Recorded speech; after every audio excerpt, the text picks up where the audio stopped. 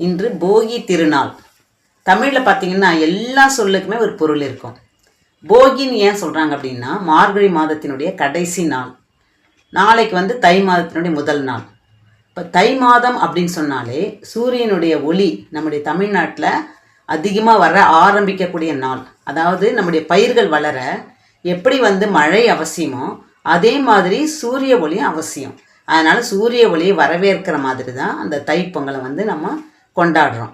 அப்படி பார்க்கும்போது நமக்கு சூரிய ஒளி வரப்போகிற அந்த நல்ல நாளுக்கு நம்முடைய துன்பங்கள் எல்லாம் போயிட்டு நல்ல நாளை நம்ம எதிர்பார்க்கிறோம் அப்படின்னு சொல்லிட்டு இதை போக்கி, துன்பங்களை போக்கி நாம் கொண்டாடுறது தான் போகி.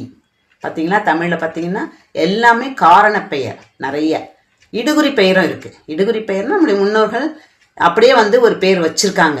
அது எந்த காரணமும் இருக்காது, அவங்க இட்ட குறி இடுகுறின்னு சொல்லுவாங்க.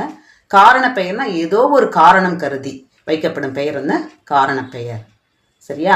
சரி, இப்போ ஒரு இலக்கணம் பார்த்துருவோமா? இந்த வல்லினம் மிகுமிடம் மிகா இடம், அதே மாதிரி சந்தி பிழையை நீக்கி எழுதுக, சந்தி எழுத்துக்களை இட்டும் நீக்கியும் எழுதுக, இது எல்லாமே ஒரே மாதிரியான வினாக்கள் தான். நீ இது வேற அது வேற நினைக்கக்கூடாது. நீங்கள் வல்லினமைகளை இட்டும் நீக்கியும் எழுதுகன்னு சொன்னாலும் சந்திப்பிழையை நீக்கி எழுதுகன்னு சொன்னாலும் ஒன்றே தான். சரியா? இப்போ தைத்திங்கள், தைப்பொங்கல் அப்படின்னு இருக்குன்னு பார்த்தீங்களா? அந்த வார்த்தையை நம்ம பிரிக்கும் பொழுது முதல்ல இருக்கக்கூடிய வார்த்தையை நிலைமொழின்னு சொல்லுவோம்.